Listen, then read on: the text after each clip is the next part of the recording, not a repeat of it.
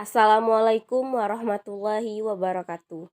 Saya Nadila Fibrianti dengan NIM F1C220018, Prodi Matematika, Fakultas Sains dan Teknologi, Universitas Jambi. Di sini saya akan menjelaskan materi persamaan Cauchy-Riemann dan fungsi analitik pada mata kuliah analisis kompleks dengan dosen pengampu Ibu Cut Multahada, SPD, MPD. Persamaan Cauchy-Riemann. Suatu syarat perlu agar W sama dengan Fz sama dengan Ux, Y ditambah Vx, Y analitik dalam suatu daerah R adalah U dan V memenuhi persamaan Cauchy-Riemann, yaitu do U per do X sama dengan do V per dy, do U per do Y sama dengan min do U per do X. Jika turunan parsial dalam dua kontinu dalam R, maka persamaan Cauchy-Riemann adalah syarat cukup agar Fz analitik dalam R, maksudnya dalam daerah R.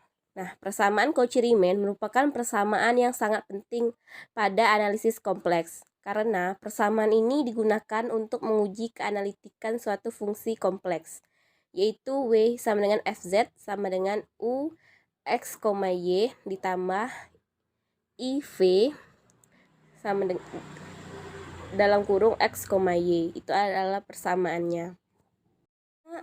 Ada definisi persamaan Cauchy-Riemann. Fungsi f dikatakan analitik pada domain D atau pada daerah D jika dan hanya jika turunan parsial pertama dari U dan V yang memenuhi persamaan Cauchy-Riemann, yaitu Ux sama dengan Vy, dan yang bawahnya Uy sama dengan min Vx, dengan Ux sama dengan turunan parsial atau turunan dari U turunan Y, itu do U per do Y, Uy sama dengan do U per do Y, Fx sama dengan do V per do X, Fy sama dengan do V per dy, yaitu turunan F terhadap Y. Ini ada teorema 1. Misalkan Fz sama dengan Ux, Y ditambah IV X, Y terdefinisi dan kontinu di suatu lingkaran dari Z sama dengan X tambah Y dan mempunyai turunan di Z, maka Ux, Uy, U Vy, Fx ada dan memenuhi persamaan Cauchy-Riemann, yaitu Ux sama dengan Vy, Uy sama dengan min Vx.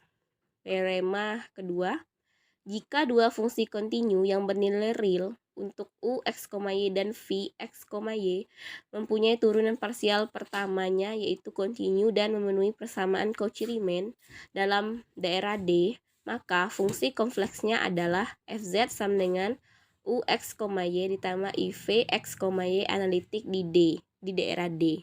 Ada contoh soal. Misalkan Fz sama dengan Z kuadrat dikurang Y kuadrat ditambah 2IXY. Apakah Fz analitik untuk semua Z? Untuk penyelesaiannya, Fz analitik jika memenuhi persamaan Cauchy-Riemann.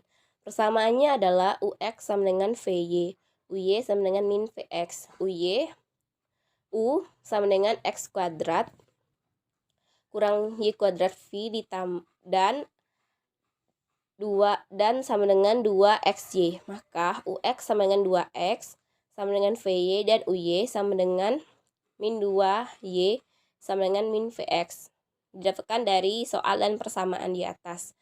Karena memenuhi persamaan Cauchy-Riemann, maka F analitik untuk semua Z atau untuk semua nilai Z-nya. Ada fungsi analitik.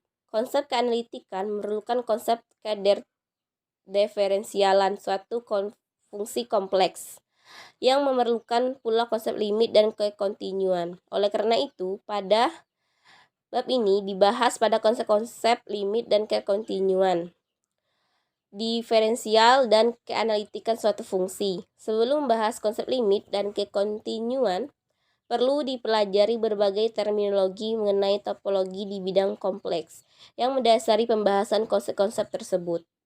Ada definisi fungsi analitik. Diketahui fungsi Fz disebut analitik atau holomorfik atau juga reguler atau juga monogenik di titik Z0 apabila aksen Z ada di semua titik pada suatu lingkaran Z0. Misalkan, Fz sama dengan Ux, Y ditambah IV X, Y.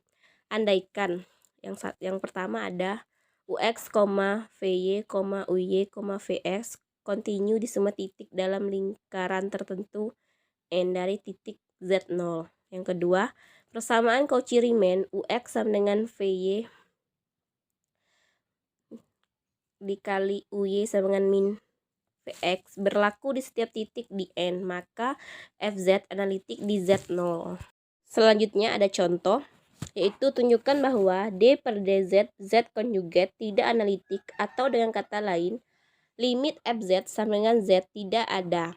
Untuk penyelesaiannya, menurut definisi, D per dz Fz sama dengan limit delta mendekati 0 untuk Fz ditambah delta Z dikali Fz per delta Z. Jika limit ada dan tidak bergantung dari caranya delta Z sama dengan delta X ditambah I delta Y mendekati 0, maka D per dz Z konjugat sama dengan limit delta mendekati 0 untuk Z ditambah delta Z konjugat dikurang Z dibagi per delta Z sama dengan limit delta mendekati 0 untuk X ditambah IY ditambah delta X ditambah IY konjugat dikurang X ditambah IY konjugat per delta X ditambah I delta Y sama dengan hasil dari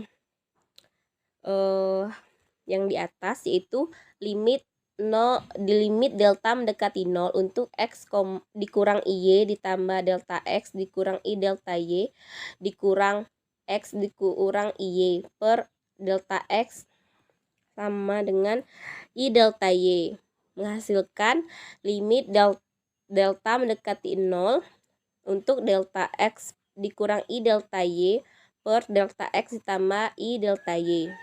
Nah, jika delta Y sama dengan 0, maka limitnya adalah limit delta mendekati 0 untuk delta X per delta Y sama dengan 1, karena delta X per delta Y itu 1 dibagi 1 hasilnya 1.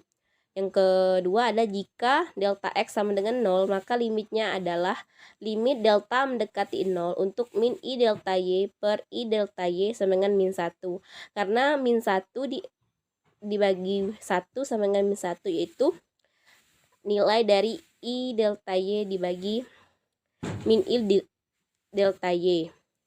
Karena limitnya bergantung pada cara AZ delta Z mendekati 0, maka turunnya tidak ada, yaitu Fz Z konjugat tidak analitik di mana-mana. Alasan terakhir yaitu definisi titik singular.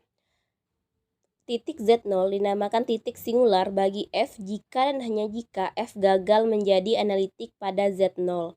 Tetapi setiap lingkungan Z0 membuat paling sedikit satu titik yang memuat F analitik. Contoh, misalkan Fz sama dengan 2Z ditambah 1 per Z pangkat 3 ditambah Z. Tentukan titik singular dari F dan tentukan di mana saja Fz analitik. Untuk penyelesaiannya, F aksen Z ada di semua Z kecuali Z pangkat 3 ditambah Z sama dengan 0, atau di Z sama dengan 0 dan Z sama dengan plus minus I. Sehingga titik singular dari F adalah Z sama dengan 0 dan Z sama dengan plus minus I. Fz analitik di semua Z kecuali di Z pangkat 3 ditambah Z sama dengan 0, atau di Z sama dengan 0 dan Z sama dengan plus minus I. Itulah yang dapat saya sampaikan. Apabila ada kesalahan kata dalam ucapan atau penulisan, saya mohon maaf. Saya akhiri. Wassalamualaikum warahmatullahi wabarakatuh.